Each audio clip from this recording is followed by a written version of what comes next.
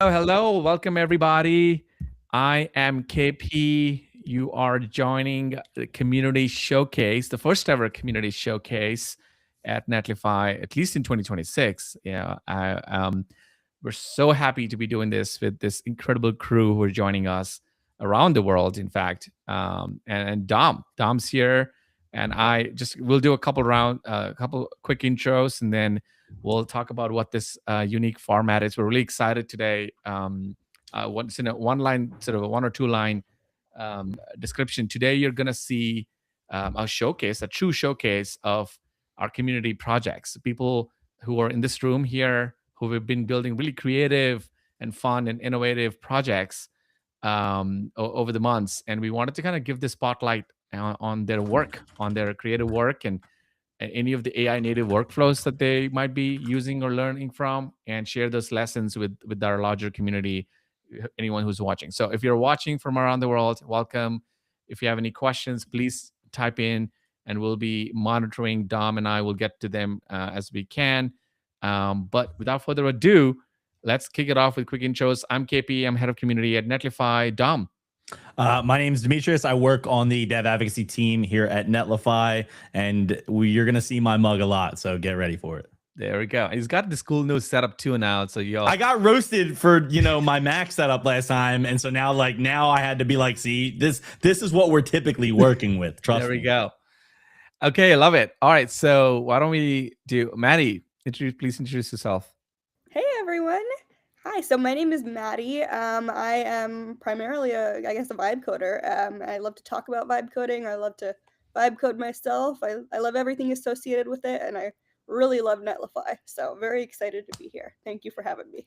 Amazing. And you're joining from, so actually, Dom, you're joining from Philly area, correct? Mm-hmm. Awesome. I'm from Atlanta. Maddie, where are you joining from? So I'm based in San Diego, but right now I'm in Las Vegas. So that's why my setup is this blank wall. It's my hotel room. A perfect background. Yeah, right? Amazing. All right, Clark. Yeah. Hey, I'm Clark. I'm in Austin, Texas. I run a little agency with my wife called Superfun. We do a lot of product and kind of startup work.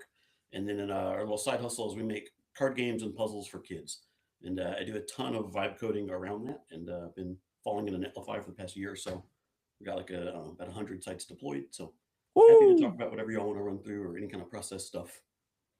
Love that. Insane. Love it. Also, did not know about the puzzles and games for kids. Definitely, we should do an offline conversation on that. I would be one of your customers for sure. Well, they're officially finally for sale, and we sold one the other day that I almost missed. I was like, "Hey, it's happening! It's online and it's going." So I will say KP is the most customerist customer. Like every time I talk to him, he's tried like 7 products. He's like signed up at 17 different sites. Like everybody needs a customer like KP. Much to my wife's dismay, she is like, "How many email addresses do you have? What are these receipts? What are you buying?" But I just I love things, love entrepreneurs, love founders. All right, we have Swatantra, and we're gonna wait for Krishna when he comes back. But Swatantra, why don't you kick off your intro? Yeah, hi. Hello, everyone. Swatantra. I'm the founder of vibecodefixers.com and also the creator of MCP servers community on Reddit. We have 15,000 now AI devs. I've been vibe coding since September 2024. So maybe I can call myself a professional vibe coder, if I may. I've probably built 60 plus vibe coded apps, Replit, Lovable, V0, Bold, a Cloud Code, Cursor. I think I probably use all of the tools. Had a lot of fun though, and I'm a big fan of Netlify. My aha moment was that first time when Netlify, I built an app and then I deployed in Netlify and just got a preview link in the first place, and I was like, wow, deployment can be so easy. So since then, I've been super fan of Netlify, and yeah, I love to be in this community showcase. It's awesome. I think it's funny because I'm a boomerang to Netlify. I worked here probably about 3 years ago. Same type of role. I ran the Jamstack community back in the day. And it's so funny to like the vibe coding kind of. So I'm a bootcamp graduate myself. So like I was in y'all's shoes in the beginning of my career of like not really having a deep coding background. I worked in retail for like 10 years of my life. And so like the aha moments that we got back then were so like you had to build up to them, right? Like you had to learn Git, you had to learn the request cycle and like all of the prerequisites. And then you got to the fun, like that's a preview. I think it's funny now because we're now kind of in that same era again of like, it's not boot camp graduates anymore. It's literally anyone can kind of output code. And so it's funny to kind of see like the reemergence of that same excitement from the new community of like builders and stuff like that. So we're happy to have you all. Thank you all so much for using us. Dopamine hit every time you build an vibe coding app. Well, you get so much faster iteration loops, right? Like you get to see life come very fast, where I feel like before it was like you were put through the trials and tribulations of the test of a developer to feel those excitements. So Agreed. All right, Krishna, thanks for joining us. And we're just doing quick intros. Where are you joining from, and your technical background per se.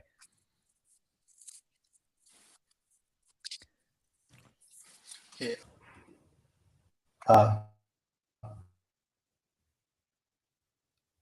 Looks like we have a bit of a delay. Is it just me?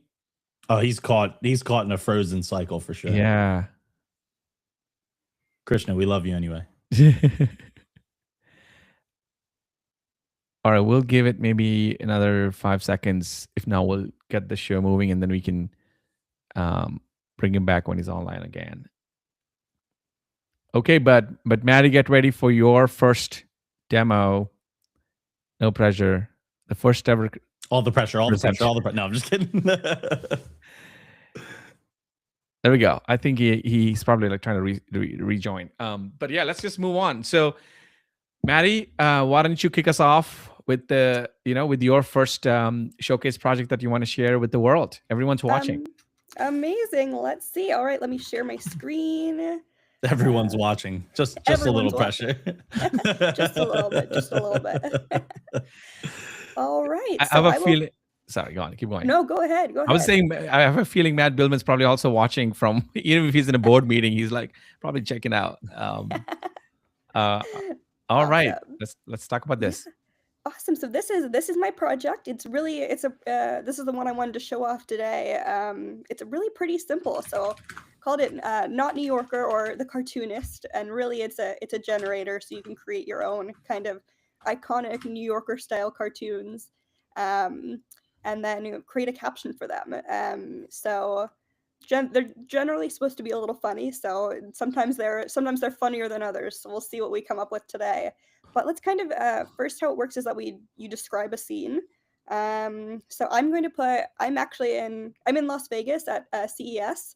So I'm going to put the Consumer Electronics Show in Las Vegas, and I'm just going to see what it generates because I think that's kind of a cool little setting, little scene. Yeah, right.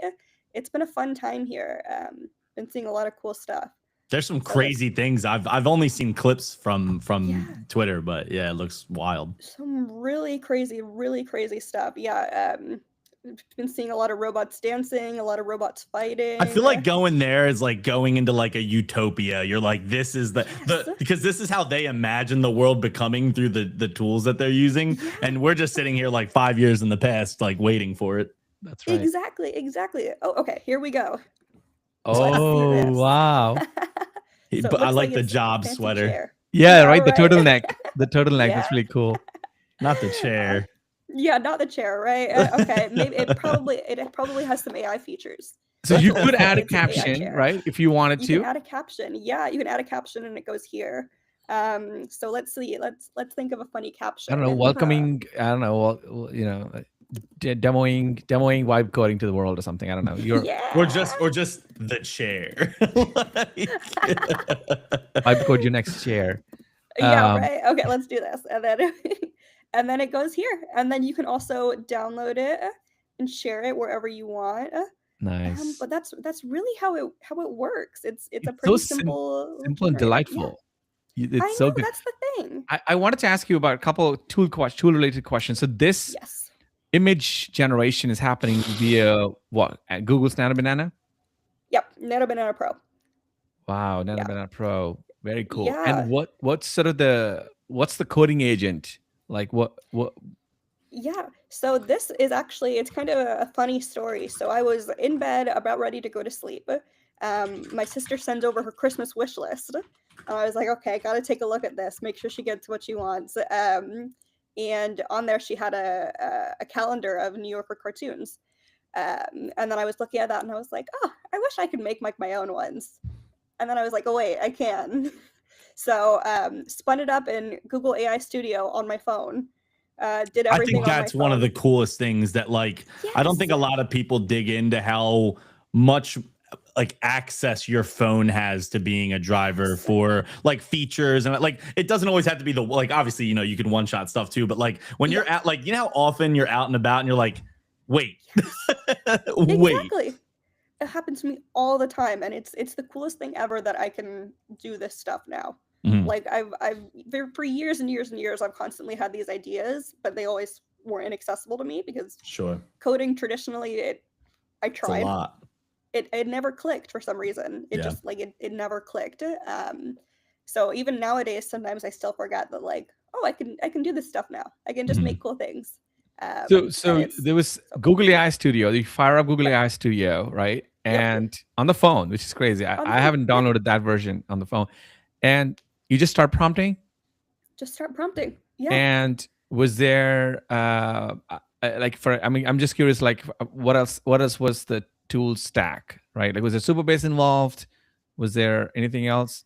Nope, but it's really just Google AI Studio connected to Nano Banana Pro, pushed it to GitHub, and then connected to Netlify, and it was Nice. spun up and it was ready to Nice. go. Look Yeah. at that. Can I ask really quick? And I saw you replied to my tweet. Yes. You know, I think like it's interesting how far removed I think a lot of tools take you from GitHub. You know, they kind of do a lot of that behind the scenes, but I really do think like I love that Google Studio is doing it, but like I really do think getting like an inkling of engagement onto GitHub and understanding like how to manage a repo, like what is a repo, what are branches, like the very core pieces of what it's doing when it's making new branches or new commits. I think knowing that stuff is really important. And like a lot of the tools that you're going to be using, like there's a lot of new tools built to like obfuscate a lot of it, which is I think good. It's good. It's a good like onboarding ramp. But I think there's still a lot of like legacy tools that rely on GitHub because it's been the main driving force of our ecosystem for you know decades and decades now. So cool to see your opinions on that. And I was curious, you know, what you know, are you more interested in those like core pieces of the stacks that you're building, or are you more removed and you're like, I don't really care what they use, just get it done? I'm kind of in the middle. Like Yeah. I really see the value, at least in this point in time, in learning GitHub and learning everything else that's kind of going behind the scenes. And that's kind of really how I approach vibe coding is I want it to be a learning process. Like my goal is to eventually know what's going on at all times. Sure. I'm not there yet, but like that's what I try to do. So whenever I run That's into what we're here something that for. I don't know, yeah, right. Whenever I run into something I don't know, I look it up. I try to think of it as like, okay, well, cool. This is a new opportunity to learn something. And I think that's been really, really beneficial to me. So I really encourage everyone to kind of take that approach and be like, okay, if you run into something that you don't understand, think of that as a good thing because it's an opportunity to learn more. It can also teach you on the spot, right? I think that's like I think a lot of people forget that like you can make it summarize the why, the how, the what.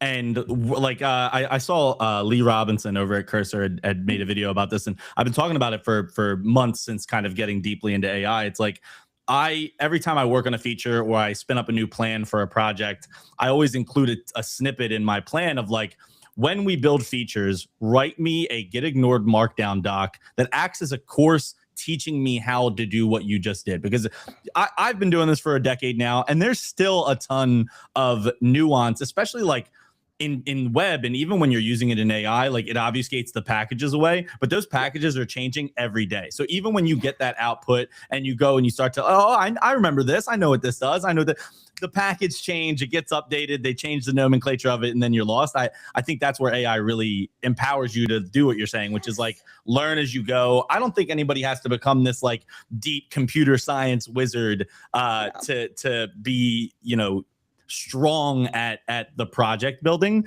But if you want to go from, I think AI does a really good job at empowering people to go from 1 to like 3. If you want to go from like 3 to 10 and like hold on to this project, get users for it, get it to scale, like there's so much more that comes into it that like it's hard to trust the AI to do everything right without having that you know, confidence. Exactly. And what I try, like one of the things I always say and try to encourage people to do is you know, use AI as much as you can, but use it as a tool. You still have to use your brain is basically how I put it. So if you're just handing everything over and being like, okay, you do this for me, I just won't think about it anymore, you are not going to go nearly as far as the people who are still like thinking, basically. Exactly. Right. So That's amazing. Yeah. Now when you posted this, actually, how's the reaction been? Any fun experiences or anything that you want to share? Any DMs you've gotten or anything about? Yeah, so it got used probably around, I think it was around 8,000 or 8,000 users or something. Yeah. Wow. And most of them didn't reach out or anything. I could just see them on the back end doing stuff, and I was like, okay, cool. But I definitely got some cute, comments of like people creating comics of or cartoons of their pets and things like that, and which is pretty cute. It's one of my favorite use cases for AI is to create cute images of my pets. So I'm always a fan when other people decide to do it. That's brilliant. Love it. Awesome. In lieu of time, I want to move to the next presenter. Yes. But Maddie, that was amazing. What a great start for the showcase. And I would love for you to keep building, keep sharing, and keep, hopefully we'll see you again in a future stream with another cool project. Awesome. And so over to you, Clark. I think you're next on the line. Hey, yeah. Like I said, my name is Clark. Let me turn on my screen share here. And you are joining us from Austin, correct? Yes, I am in Austin, Texas. Awesome. We have a couple of Netlify folks, our team members in Austin. Cool. Okay, so tell us more about Peel. Yeah, so this is going to be a somewhat similar presentation. So a lot of this is powered by Nano Banana Pro, and I've got a marketing site here and kind of shows how the app works. So around a little bit after Christmas, maybe December 26th, 27th, Anthropic tweeted that they were doubling usage in the Claude Code app and the Claude Code website. So I thought, oh, there's a fun little test of how far can I get using just the app and just the website. So I started prompting this thing together. And what you see here is the landing page. This is made with one of the Tailwind UI kits. So this is Oatmeal, one of their new templates, and then heavily tweaked a bit. I think the main way to explain what this thing does is just watch this little hero animate for a bit. This is animated with framer motion, and it was all coded by Claude. I just described what I needed and gave it these example images, and it just did all this. So it's really handy tool for combining images into a scene, for fixing headshots, for standardizing a bunch of stuff, for duplicating images if you need like 4 different angles of the same scene. The main reason we built it was to add brand color to photos, because in our little agency life, we find we do that so often. So this example of take all photos and add the color green, tiny little trick we do on so many sites that just make all the photos look like one set. So I built this tool. We can play with it a little bit here. It works like you'd expect. Let me find a good folder I can drop in here. So say we've got 3 photos of interiors. These are just houses that have furniture. We use a preset that tells it, hey, please remove the furniture from these photos, suitable for real estate. It's got a little chat interface. And when you're done, you can run that batch and it will process these and follow those rules. And I've used this now in my work life and professional life a ton. So I'm using this thing like nonstop. It's got full tracking where it kind of remembers what images you've done and how you built them. A little fun nod is you can give it like a fake hourly rate or tell it like how much you'd expect to pay for this kind of work. And it measures what the nano cost was versus maybe what the human cost would be to physically Photoshop these things. When you're done, you can see the comparison of the before shot and after shot. I think this one even up-resed it for me. but they generally match really, really well. And it's been a fun thing to build. And so building out this marketing site was another way just to like put a cap on it and kind of describe all the features. So again, all this was built through the Claude mobile app and Wow. typing. And, That's and I think wild. we got really, really far. A lot of these animations are really fun. Even more so, we did the docs. So there's like full documentation on how to run this thing. And even this was a type. Hey, look at how the app works. Write us modern documentation. Cross check the two and make sure all your features are correct. And it just did all this. So Wow. I was kind of And stunned the at how far quality I is could get super with just good. It doesn't prompting look and kind like of live playing code. around. And I've got a bunch of tools that I have been using for client work and for real life stuff. And now I'm doing fun stuff like linking them together. So this is a digital asset manager I use to store those photos. Say like you've been working on a set with a client. And now while looking in the asset manager, I've got a little link to, ooh, let me take that to Peel. It will pop it up in here preloaded and I can start working on that image. Next step is probably make it right back. So kind of making all these tools talk to each other. But it's been a really neat way to figure out how far you can go without actually opening the code editor. I'm an actual engineer myself. I write a lot of code. I do a lot of stuff. But we all were talking about recently, like just in that last interview, it's kind of fun that it's changing how I use GitHub. I've always had a very active repo, and normally it's just me writing code with just me. And if you switch to this year, you can see my pull requests are now to 33% of me working with an agent and checking stuff in and reviewing. And it's given me a flow that I didn't really used to have. Like I know how GitHub works, and I've worked Right. with big teams and little teams and all sorts of stuff. But it's interesting to see team usage start to show up with agents. And I know we talk about you can run these in your phone or on the web. I've also been using the Netlify agent runners to do stuff. I Nice. mentioned that game site earlier. I have rules that are basically written and I think done that explain how to play and cover all the angles.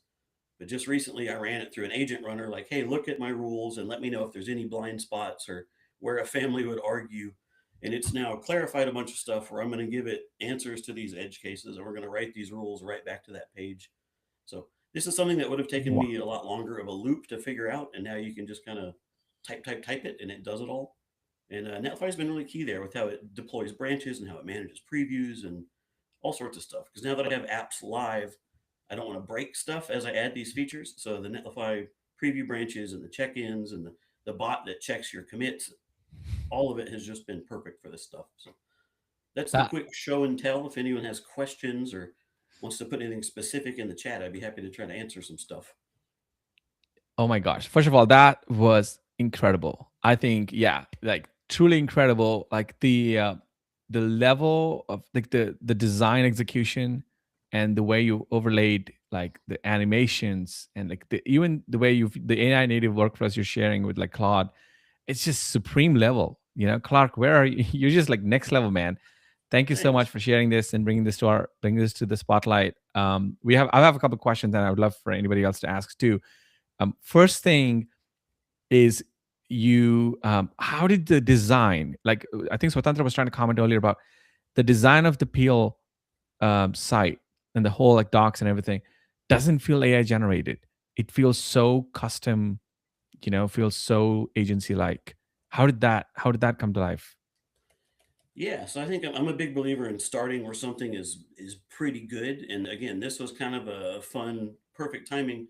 I saw that Tailwind had just released a new template called Oatmeal, Mhm. and looks very AI forward, and it's a really fun template. It's one of their first that's themable, so the colors can easily change, the main fonts can easily change. And I saw that I'm like, oh, here's a perfect use case. I'll hop in and grab this thing and then just use Claude to kind of customize the heck out of it. So I'm Wow. already a paid Tailwind Plus Yeah. member. Yeah. P.S. If you've seen all the Tailwind news lately, it's used by AI so much their actual funding is down. They're having to lay people off, which is kind of insane because Tailwind is like one of the best things on the internet. So Yep. if you can, go pay Support for them. it. Or if you've Yeah. got a company that can, go pay for it. We need more Tailwind. But I used this template and just kind of ran it through and told it, here's my idea for the app. The app works. I have a repo, put all this together. This font is the new Google Sans Flex font, which again, perfect timing. It came out like a month ago on Google Fonts. This has been a highly guarded font for years, and they finally open sourced it and gave it where anyone can use it. So that's perfect. We can grab that font. And then most of this, again, was just prompting and typing. So a lot of it is collecting a bit. Like I have a Figma file where I round up logos and normalize them to make sure that they'll get pasted in right. A lot of the icons, I just find an icon on either Material Icons or on Noun Project. I copy and paste the SVG and prompt it right in. Like I'll just write this content, first block, 0 setup, use this icon, and then just type this stuff out, paste it all in, and it puts it in there quicker than I could write that HTML myself. Again, I'm a developer and I'm used to making these layouts. I still can't do it as quick as I can just tell AI to do it. So. Wow. And then a lot of this was just me screen capturing some stuff and writing out the features. But yeah, at its core, this is a template kit from Tailwind. Yeah, but brilliantly customized, and it looks amazing. Thanks. I mean, Dom, do you have a question? I mean, this is world class, man. Yeah. I think like for me, and we talk about this a lot, where it's especially me and you, right? Because we come from the exact different background to be able to find the middle ground on what people are doing, how they're doing it, and what it looks like. And we've talked so much about like the idea of a developer using AI is still so scary to many developers because they have so much kind of like, I just spent so much of my time learning how to write this stuff. How do I trust an agent to go and do it for me? And it's like, I feel like, when you work on teams, especially or even in small teams, like you're kind of used to giving features out, reviewing them, and making sure they're up to the taste of the repo that you're in, and then bringing them into the code. So Clark, my question for you is, how have you adjusted to the new world of more trust for these like agentic models, and also like understanding that like the power that you have as a developer is that you know how to describe exactly what you want from this thing. It's not like you have to go, I want this output, go and you figure out what it looks like. You're like, I want this output with these tools to look this way and to feel like this. And so the taste that you've developed over your career and the amount of knowledge that you've learned about coding, I'm sure helps. But what do you think about that? And how has that felt as a coder who's been more vibe coding lately? Yeah, I think all that has really changed how I view a lot of this stuff. And for like a year now, I've been kind of shouting at anyone that will listen. I think QA, like quality assurance, is about to become the most important role in tech. I have a lot of friends that work in video games, and it's always been a huge department there. In a video game company, you have as many QA people as you have people As you making have the games, engineers, yeah. because there's so much stuff to test and refine, and Yeah. how you describe the bug affects how quickly it gets fixed, the quality of the fix, how that fix matches everything else. So having that brain, the project brain, I feel like has served me well because I already knew how to do a lot of this stuff. So in that sense, the orchestration helps. But really, it's about looking at the output and seeing what the bot still can't see, what the agent doesn't see, or where you can help as a human. Yeah. Soon those are going to get more and more connected, and we're seeing them get more and more connected. But I think the simplest way I can say it is become the best QA person on the team, and you'll always be at the forefront of running these agents. I mean, Yeah. it's basically the same as having a QA team, and you just need to figure out that language and how to talk to it. You also keep it from like dawdling around. Like I feel like once you have a deeper understanding of what you expect the output to be and how it's supposed to get there, when it starts. Like I can watch, I'll be in Claude and I'll watch Claude start doing something that I'm like, no, Yes. do not go into those files, and I'll stop it mid prompt. Yes. And it's like, what to look for. And it really helps. And that's why I'm so about learn some of the fundamentals, because it really will help you get further with these projects.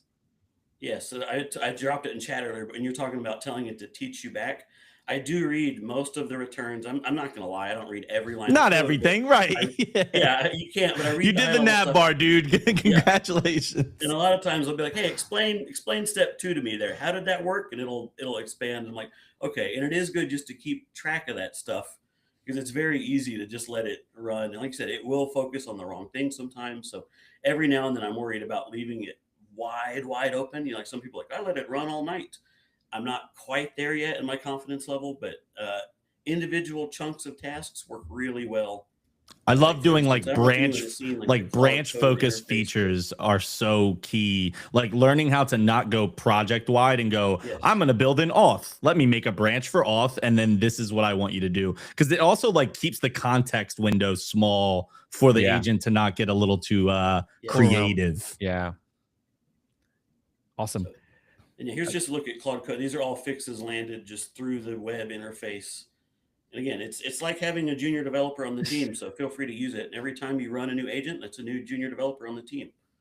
Whether you do it here or a Netlify agent runs wherever you do it, it's just This a is very so sick, easy way Clark. to make big impact. I feel like, Clark, we should bring you back more often because I think, your perspective is not only sort of refreshing and like sort of open-minded about this sort of AI native, workflows, but it's deeply rooted in fundamentals and like your background being an engineer, right? Dom, don't you think Sean Roberts would love Clark? Because all of the AI native workflows he's been talking about, Clark's literally just embracing all of that. So Yeah. awesome. Thank you so much. That was excellent. Yeah, glad you liked it. Love to be back anytime you want to chat a little bit more. Yeah, and we love all your engagement, even when you're not on this. I mean, not on presenting. Like you've always been an active supporter, so I I'm a appreciate bit it. of a fanboy, but I use Netlify every day, all day, 100 commits a day. It's very, very handy. So Love it. It's in the workflow, and I use it a lot. Love it. Thank you so much. Okay, so moving on to our next presenter, it'll be Krishna. Krishna, you ready? You're back online now? Yes, awesome. Yes, Krishna finally, joining us from Bangalore. Where are you joining Bangalore, from? India. Bangalore, Nice. India. Amazing. That was some weird circus out there. I tried joining in with Brave browser and then it threw me off. Finally, back to good old Chrome. Sorry about all of that. I think, okay, I'll probably do a quick introduction. I'm Krishna. Yes. I've been an educator for about a decade, have absolutely zero technical experience up until 2024. 2024 November, I couldn't write a single line of code. I didn't know what a print statement was. 24 November is where I first stumbled on with Bolt and then started bolting ahead with building small apps and stuff. And fast forward to 2025, today I run my own agency. I build tech for small startups and small businesses right now. Right? And that's how my journey with AI started. And as I observed that, I've been using multiple tools in terms of front-end development, back-end databases, and all of that. And I had to learn like a bit, a lot of things failed. So I had to move to a new tool and all of that. But for some reason, deployment and hosting, I really didn't learn much. I'll have to blame Netlify for that because I really didn't have to figure out a solution out there. It just works. Netlify was that black box for me where I build something, dump it there, it just works. I have my link ready. I have my tool ready. I have everything ready, right? In fact, so that's the one thing that I do with my clients. I get them onto Netlify and said, okay, you know what? We'll do all our hosting and everything from that purpose, right? So when Clark was, I think I just logged in by the time Clark was saying Netlify just exists and it just works. I resonate strongly with that. So that's incredible. With that thing, right? And I often find myself learning quite a lot. So I picked up like a bunch of online courses from different places, and that's where let me share my screen. Yes, quick. please. In fact, as you pull up the screen, we'd love to get into the project you wanted to share. Yes.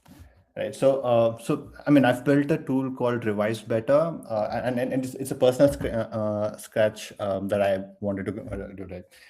I picked up a course online. I was learning a bit about ML operations and a bunch of other things. And I saw that the lectures were incredibly long. These were 2 to 2.5 hour lectures, and these are for adults. And coming from a space where I was an educator myself, where we designed learning content, but for kids. So we packed a lot of delightful elements out there. But this is for adults.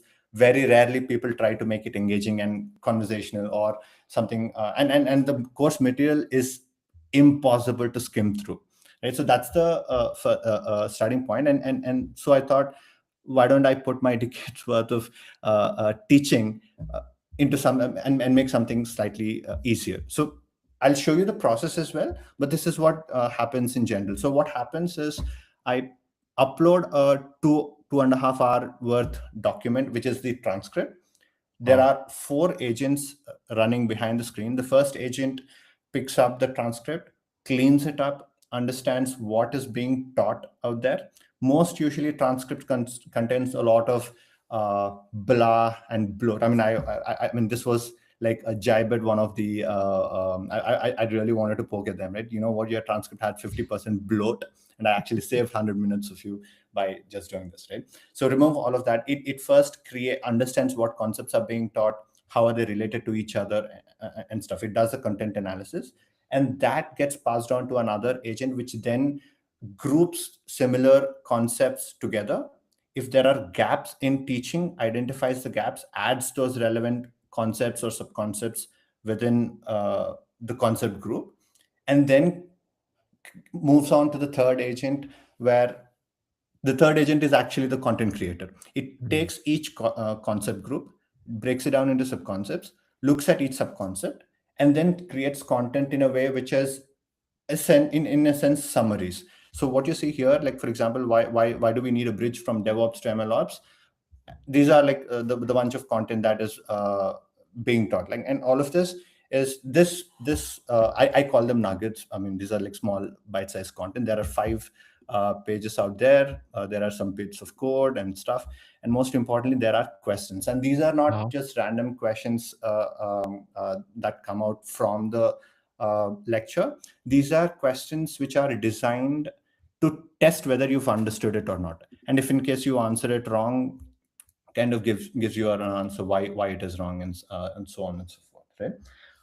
But the best part is, for example, let's say I don't understand what this is, right? The best part is, please explain this with an example. So inline, in like where yes. It's content. Initially, the original intent was to make this like, speak it out loud. I was heavily inspired by Notebook LM.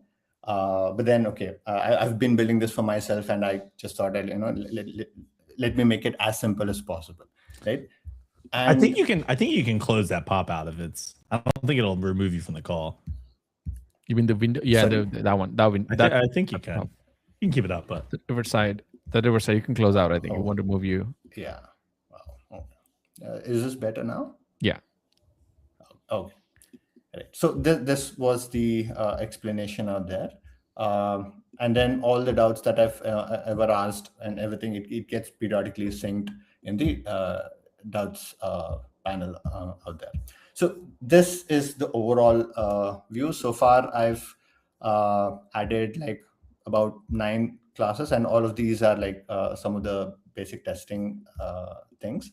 And just to show, I hope this is fine now. Just a second, sorry. So the process is quite simple. There were 2 pivots that I've done in this itself, because I mean, the first version was way too it was way too complex. And then I realized I shared it with a few people. They gave feedback, and I realized that they were literally struggling. They didn't understand the complex architecture I had in mind. So I simplified the hell out of everything. So now it's just upload the transcript, generate the journey, and then it starts off. So at first, I mean, this whole process, because it's a chain of mini agents that are working together, it takes about 10 minutes or 5 to 10 minutes, somewhere between that, depending on the length of the entire journey. But once that is done, step 1 is done, and then it takes the rest of the thing. And once that is done, you have like all these learning journeys together. Like this. Typically, it is about it saves, for every journey, it saves at least 60 to 70 minutes of time, in terms of you now don't have to rely on past videos. You don't have to rely on class notes, which are just PDFs and nothing else. Now this works with a markdown file. It works with a text file. You dump in a PDF out there, a bunch of PDFs. It groups all of that and then gives you like a summarized version out there. I think that's about it from my side. While we wait for the generation to happen on the other screen, I have a couple of questions. First of all, my quick reaction is that such a sophisticated execution, I think, personally speaking, right? Like as a vibe coder, which is crazy. Like the way you pushed the limits of what can be done, it's really sophisticated, really awesome. It feels like a mix between a hybrid between a YouTube, video summary, a simple video summary tool, and a very complex LMS, right? So somewhere in between, with the quizzing elements and these sort of Ask AI elements, which is really cool. So for a couple of questions. One is, what's your tool stack? I'm really curious. I know you Right. said Bolt, but what else is in there? And kind of walk us through that. Yeah, I started off with Bolt. Bolt was for the first few screens, but then when I started removing features, that's where things started getting a little tricky. So I switched to Droid. Now, once I switched to Droid, I think it was there was almost very little points of failures. So in terms of the tooling, it's Droid for all the front end, Superbase for the back end, and the safeguard is Netlify at the end of the day. All the deployments and everything happens through Netlify. How Netlify does this, no clue. I didn't have to learn anything out there. In terms of databases, I'm thinking of switching to Convex later on, because there are some pieces where it slows down. And from some of the hardcore sessions on Cloud Code showed me that Convex could be something that I could explore further, but that's where it is. And But then, of otherwise, course, it's a there's React based app. React based, and of course, there's a Git flow, right? That's how you're able to transport code from Bolt to Yes.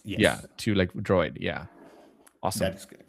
This is awesome. That's great. I mean, another sort of solid execution. I can't believe you said earlier that you started you didn't write a single line of code before November 2024, and here you are. Right. That's right. This is crazy. Right. And that's quite interesting, right? In fact, like I said, right, in terms of learning, in terms of, now I position myself as an architect of Agents. systems design. Yeah. Largely, I mean, if you can see through, in my previous career, I was also building educational products, so I sort of had my spite with engineers. We always had complaints saying engineers were always busy. This feature shouldn't take that long. But now now vibe coding feels like magic, right? I think I'm able to put it, articulate in words, and suddenly it comes to reality, right? So in fact, some very interesting things here was, I was always concerned about, am I exposing any variables out there? Am I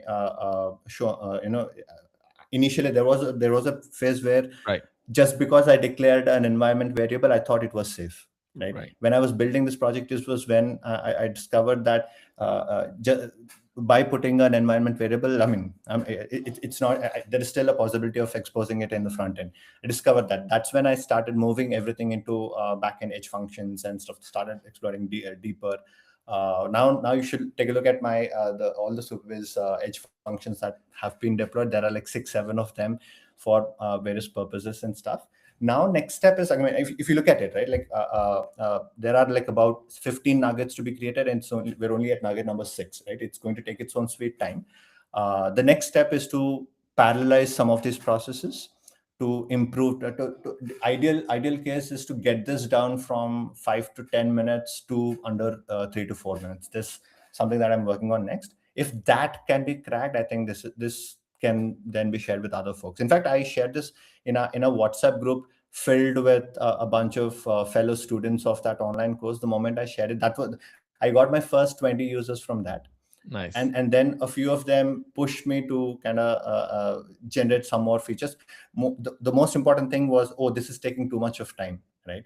So once this is fixed, the idea is to probably go back to the same course provider and show it to them, saying your LMS sucks, and probably try this out. Maybe you know what, you can simply vibe code your own LMS out there, and it can still be much better than what you currently have. It reminds me of what Lee Robinson has done with the CMS, right? You've seen that, Dom? He just like went, cursor.com was literally like, I'm going to just do it. We don't need a CMS kind of thing, which is sort of fun.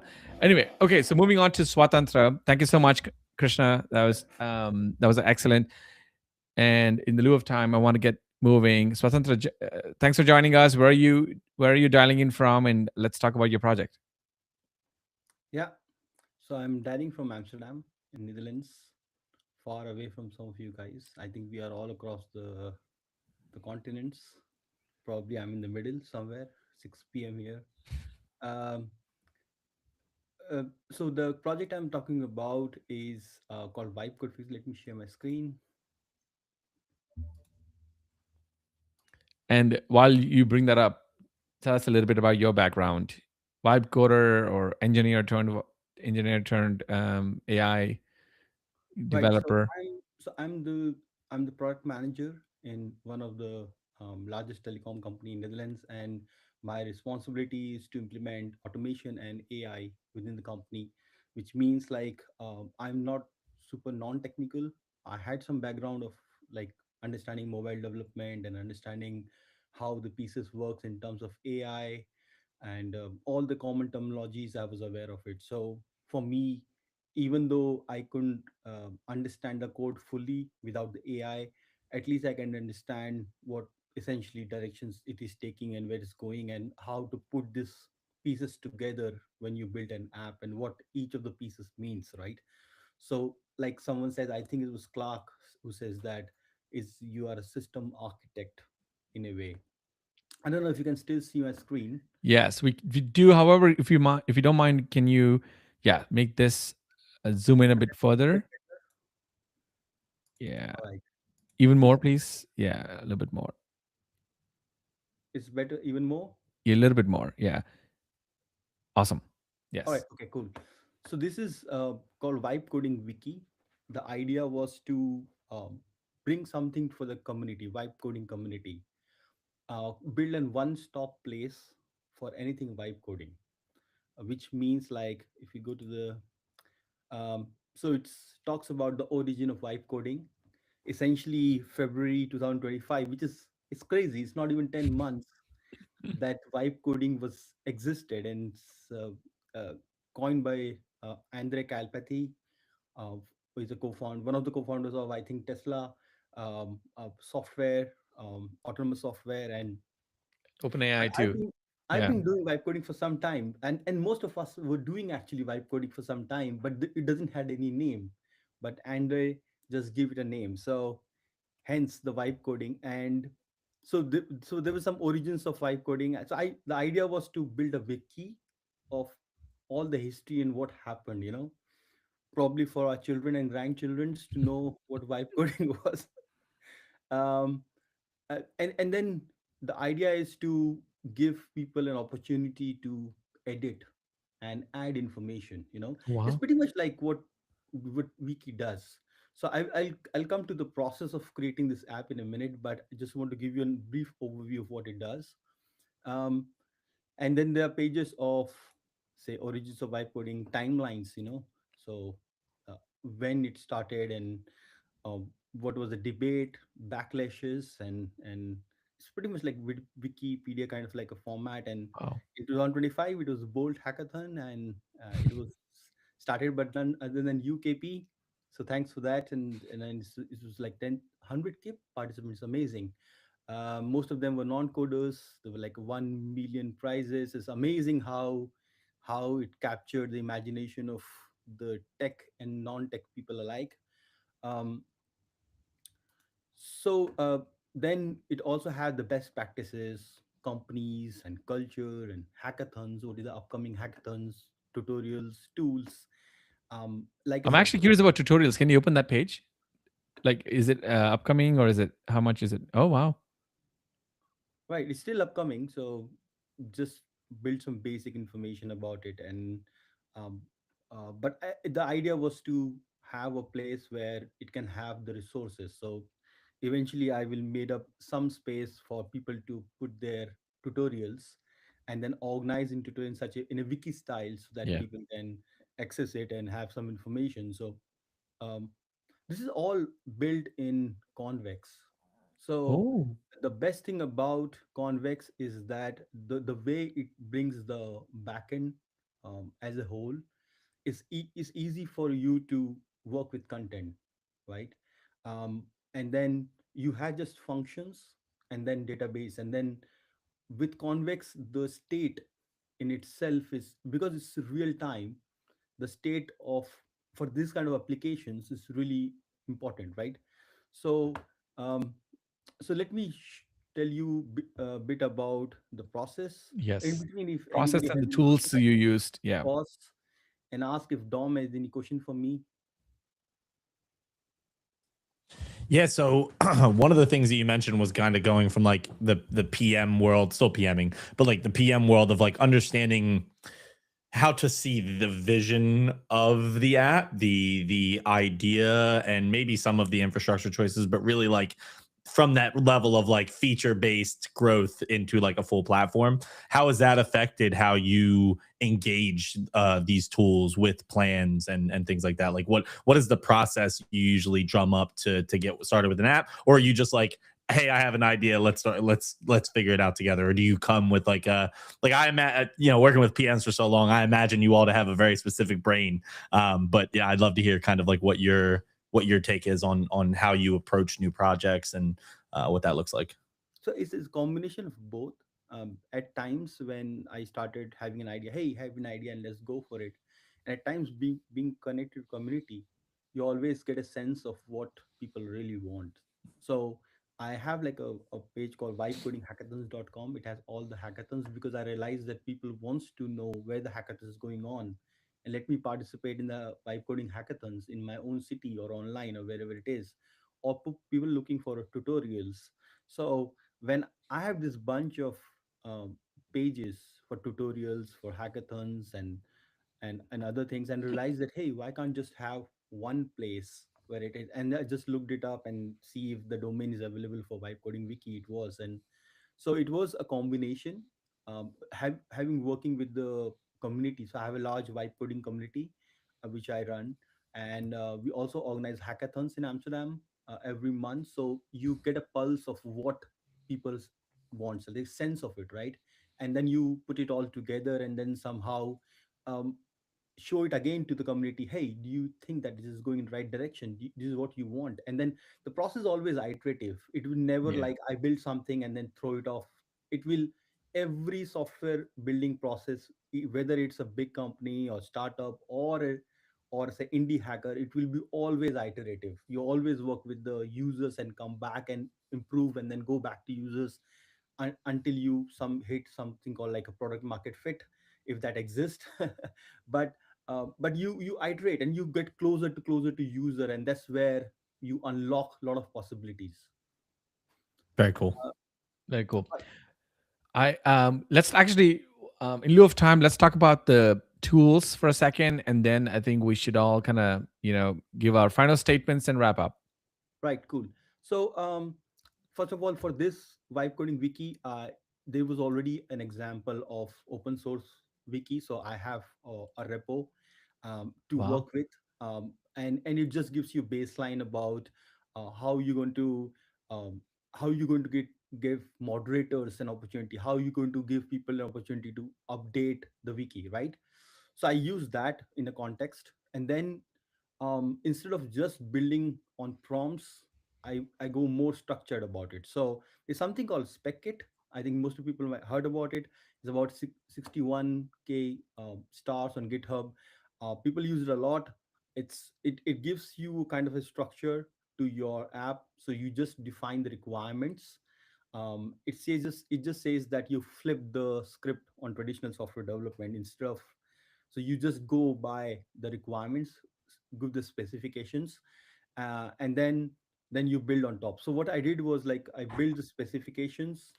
I already had the context of MediaWiki, and let me just actually pull up the uh, cursor. I still see the screen. I don't know if that's Yes, we see smaller the or cursor not. screen now. All Yeah. right, okay, cool.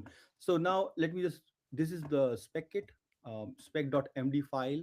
It has all the specifications, everything that you want to build in terms of user stories, pretty much like Jira, what is the acceptance criteria, what is you as a user wants to do, right? And then there's a plan.md. It has everything about the app, right from architecture to high level design to implementations and to data and schema, um, every flow, the contributor flow, the moderator flow, and all the technical specifications, roles. So you go deep into planning, you do go deep into specification, you figure it out everything so that AI doesn't assume. So the idea is that you have to put a leash on the AI. Make sure it doesn't assume. Make sure it doesn't dream, right? And make sure you're all as organized as possible. Make sure you set up the right expectation with the AI. So with this in place, I use actually Codex Yeah. Open, yeah. 5.1, I believe, Yeah. because that's very good in planning. And then once I had this figure it out completely, the tech stack was very simple. So the tech stack was for me, I didn't have to decide because it was part of the hackathon. So it needs Astro, it needs uh, um, it was 10 stack hackathon, so I Yeah. used 10 10 stack. stack query. It used React Islands. It has a Convex because Convex was one of the sponsors. So it was really complex app because it just have all the companies who are sponsoring, and you have to build an app based on that. So there's a lot of integration challenge because you're working with a lot of tools. And then that's really the challenge. That AI really struggles when you put all the tools together. It's mainly how to integrate everything together. It's like a really challenge. So the best way to work with AI is to have an opinionated framework and opinionated, say a very fixed tech stack. But here in this case, I didn't have the opportunity, so I just built with whatever I have, which is a workOS, auth, um, and then Firecrawl for scraping all the information, Autumn for say payments, Cloudflare for DNS and images assets R2, and Sentry for bug fixing. So that was my Got tech it. stack. And That's then good. it I all I'm always building right now. I'm always building with say using a terminal, and I was always using Claude within cursor. So uh, that gives Awesome. me, yeah, that's Claude is really good in say implementing the plan. Codex is really good at planning. So that's why using Claude as primarily in implementer of everything that you specify. So that was the tech stack. And obviously I use Netlify for any deployments. So let's go back. And if you look at this vibe coding wiki now, it says that it's a 10 stack hackathon. So but 10 stack hackathons already happened a couple of months back. So maybe I'm thinking, why don't I just uh, remove this page? And in case you haven't worked with Netlify Agent Runner, Yeah.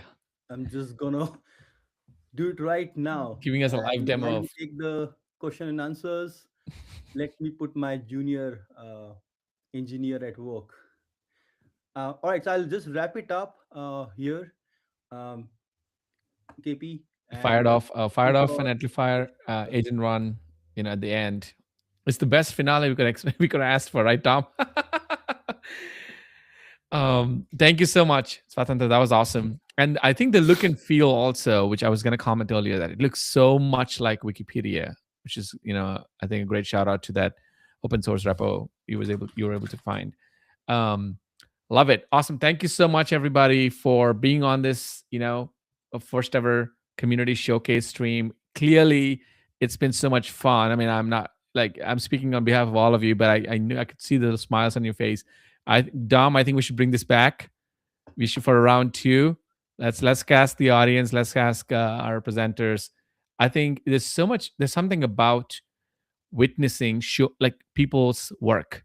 It's so satisfying and inspiring, right? And also, and to me, like it's mind expanding. Like I didn't hear about Convex the way you were using. I didn't hear about Droid the way Krishna was using, right? And the fact we all weren't ready for the way that Clark is using these tools. I mean, no way. So I think it's a great collective learning experience for the people who are on this call, and hopefully even the folks who are watching. So thank you all for sharing your work and putting it out in the world.